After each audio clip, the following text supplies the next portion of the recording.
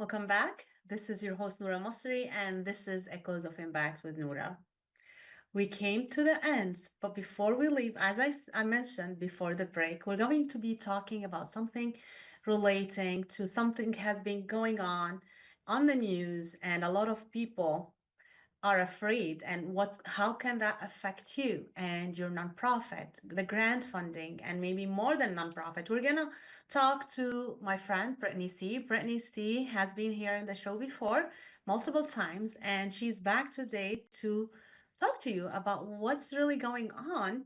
And at the time that we are recording this, there's a lot of news, and we're recording on January 28th. So hello, welcome back, Brittany. How are you doing today? Hi, Nora. I'm good. Thanks for having me. I'm happy to be here. Of course. Thank you for being here. I know you've been busy. I know you're doing a lot of things right now, but thank you for agreeing to come and talk to our audience to give them the information because when you have the knowledge, there's not so much fear. Like, even if like something bad happened, like at least you can be prepared. So can you tell us like what's up with the federal freeze? A lot of people talking about it, but no one's know what's really going on. So can you tell us about it a little bit? I I will tell you as far as I've researched because this came literally like yesterday for a lot of us, and we're like, okay, what's happening here? And then because a lot of us, I don't want to say we reject the unfamiliar, but if we don't know, we're more interested in just kind of sweeping it under the rug because we're like, it's a freeze. It's not going to affect anyone. But this freeze is going to affect everyone, unfortunately. So what is it? How is it going to affect everyone, or it's not only for the nonprofit people? It it is for the nonprofit people, and right now it's affecting the federal side. So as far as private foundations going, I don't want to say like the philanthropists because the philanthropists are the ones that are more in control, but it's the federal grants and loans that are mostly going to be affected. Okay. So can you elaborate a little bit, like what's happening, so people can really like even like if someone didn't hear about it yet, and this is the first time they're hearing about it, so what would you tell them about? Here's what I am able to say. It's going to be about $3 trillion now, currently, maybe more than that. That's for grant funding on the federal side as well as federal loans. So this is all of the programs that you can think of. This has everything to do with FEMA. It has everything to do with the TANF SNAP. So if you're currently getting food stamps, you're affected by this. It's affecting those nonprofit organizations. I want to say about uh, but I believe it's half of jobs that people work at are funded by nonprofits, so that's being affected. Small businesses are being affected by this as well because if you got a federal grant and this grant is running your business in the way of, let's just say, expansion, you're expanding your building, that could shut down. And then if you already kind of spent the money, what else are you going to do if you're supposed to get that monthly stipend and then they tell you, oh, it's shut off for 30 or for 90 days? Or if you are someone that your whole nonprofit organization is funded by grants, that's how you pay your people. That's how you make sure that everybody is well taken care of. That's being affected. Education is being affected as well. So it's a lot of areas. It's not just one area.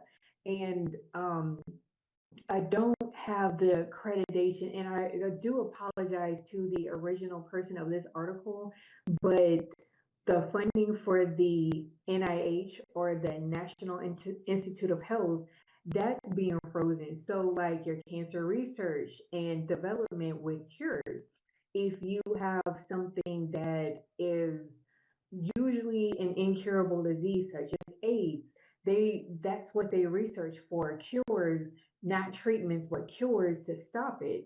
So this, again, this freeze is affecting all of it. And it could very well shut down scientific research, even if they are, let's just say they have a breakthrough in medicine. Finally, there's a cure for something or another strain of cancer that's going to be shut down. And unfortunately, no one's going to know about it until after the 90 days. Wow. So let me ask you this, because you mentioned students, federal funding for students. Does that mean the loans for the students that's gonna be stopping? Yeah, that does mean that. So I live in the state of Texas, so I can only say this about Texas. So we have the what is it? TASFA, TASFA. That is the Texas financial aid funding. We also have FAFSA, which is the regular funding. Those are Pell Grants that will be affected. So if you are a student in low income areas, you would mostly have to pay out of pocket now for your education. And it's very possible that scholarships, because that's part of the funding as well, will be affected also. So it's not just the Pell Grants for education, it's the um, is funding the education. So when teachers need supplies, or when they're introducing a new program at universities, or even they do scientific research in universities, all of that would be cut or at least on a freeze until after the 90 days. So speaking of that, if someone already got the funding, but I know like they cannot renew right now until the freeze is out and see what's happening. But what's already there, they can use still. I I would say I believe they can, but Mm. it's possible that they may freeze that as well, just to make sure this is what they're saying. Oh, this is okay, this is what it's used for. So apparently, the 90-day freeze is to reevaluate the a lot of the federal funding, because as you know, there are scams out there in the world, but they want to make sure during this freeze that everything from every foundation is lining up. Wow. So let me ask you, since this is your area, the grant funding in all, from all aspects, how did you, I'm sure a lot of your clients are afraid now, they have fear. So how do you comfort them? Like, what's your advice to them and to other people who are relying on federal funding? What's your advice? My advice is just telling them the truth about what's going on, not promising something I can't deliver on, but just letting them know, hey, this freeze is kind of snuck up on us, and a lot of us are not sure of what the next step to take. But my favorite thing to do is just educate. Don't make it sound scary, and don't put all the statistics. Did you know that 50% of this is happening in your area? But just talk to them as human. Like, hey, did you know that with this freeze, your child's education is very well impacted? Or if it's not children, it's young adults. They're who is not able to afford a lot of the things that we would be able to. Everyone is getting affected. It's women, it's children, it's the elderly. So think about the Meals on Wheels. That's funding from the federal side. Think about the a lot of the like DEI, the gender equality, the even for the they call it woke spending. So for that, even the LGBTQ is will be affected by this. So it's not just us over here, it's everyone. And something else I wanted to mention is, and this is me recently finding this out, the empowerment, I want to say that's the empowerment or the act of 1974.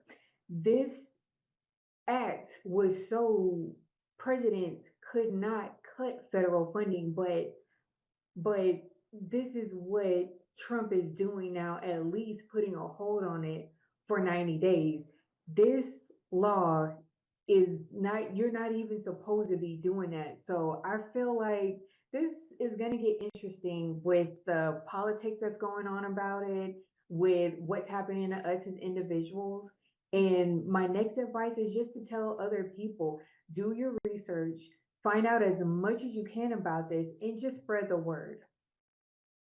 Absolutely. Thank you so much for all this information, Brittney. And me and you have done a lot of live videos, um, like over a year ago, like so people can find a lot of talk. We spoke about nonprofits and how we should diversify the funding, how they should like not rely on grant fundings, not any grant, because this is where this has become important. This is the 70-30 rules that we talk about. And I'm going to take this as a chance to talk about my program, or now it's a course available for all nonprofits on how to really get the funding from individuals, from people like me and you, because we're not gonna dry the funding. Maybe like now, like one day I'm broke, one day I am supporting someone, like someone else will take over. It's not like a federal grant like can stop at one point at one point with a new president, or